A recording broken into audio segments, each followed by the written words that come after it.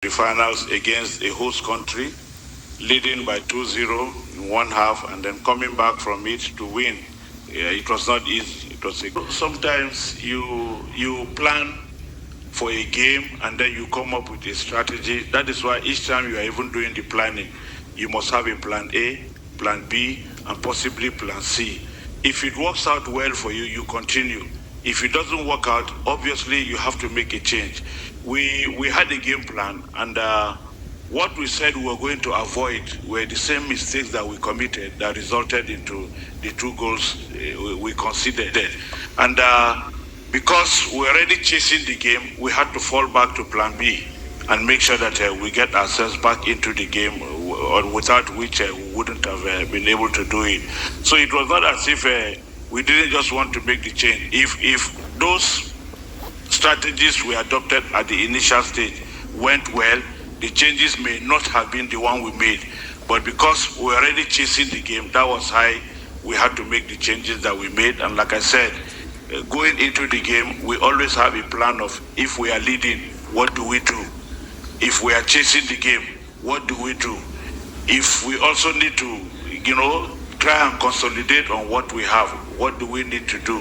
The players are fully aware of all that, and we have plans for all those situations. I keep repeating, a football match is not won until you hear the final whistle achieved by the players, and I really give them a lot of credit for the mental resilience and the belief that we had in the team. We knew we could do it, and we kept pushing, and at the end of it all, we were able to achieve our goal. When we were 2 goals down, we knew we were not getting some of our acts properly, and we kept encouraging the players not to lose their self-belief, and trusting that once we knew the little challenges, difficulties that we had in the game, and considering those 2 goals also, if it's not a team that has self-belief and mental resilience, it will be easy for you to just give up and then think, the match is done and dusted. But we kept believing, telling them, encouraging them not to give up. At halftime, we did a lot of talking to them individually and collectively as a group. And eventually, in the second half, they came out, did better, and were able to win the game. We had that self-belief that we could make it, we could do it. All we needed was to try and get our acts together. If we get a goal, we knew we could come back. And that was what the girls did. In terms of officiating, I didn't have the privilege of having a second look at the incidents that you have been referring to. So I wouldn't be in a proper position to be able to judge or assess the performance of the referees or the decision of the referees in that regard.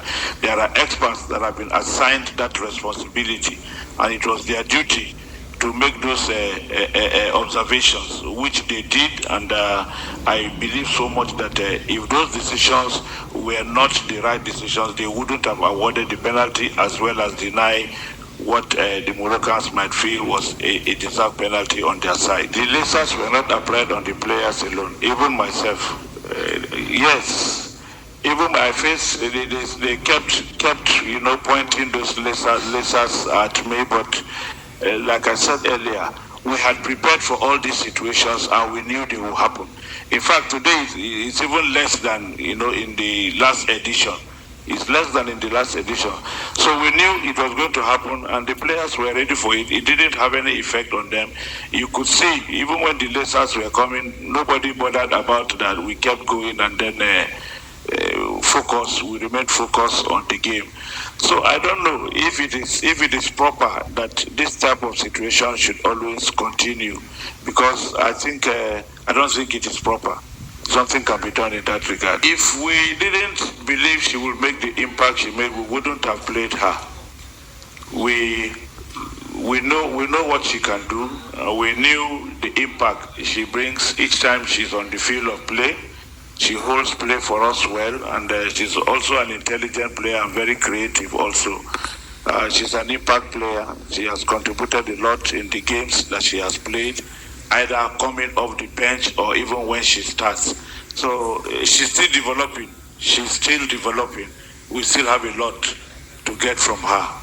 We have to look at development from the angle of facility development, player management, and good welfare support and package for them, and try as much as possible to expose the Women League to win or attract more sponsors that will put more money into the game. And when you have more money in the game, you will be able to train these players better, expose even us as coaches. We need better education too. We also need to improve ourselves because you can't just remain at the level you are. The game is dynamic. There are new ideas coming up every time. So while we are also thinking of developing the trainers, we must also try as much as possible to ensure that we have good welfare package for the athletes or the players, as well as have a developmental program, put a proper structure on ground so that you can make progress, you can monitor your progress from the lowest level, from grassroots level, up to the highest level. If we have a proper structure, it means the transition will just be easy from this level to the next level, from this other level to the next level. So we need to put structure on the ground, proper structure on the ground. We need to get facilities in place, train our coaches, give them better and improve environment where they too can develop their capacity better so that the players, the knowledge acquired can equally be transferred onto the players.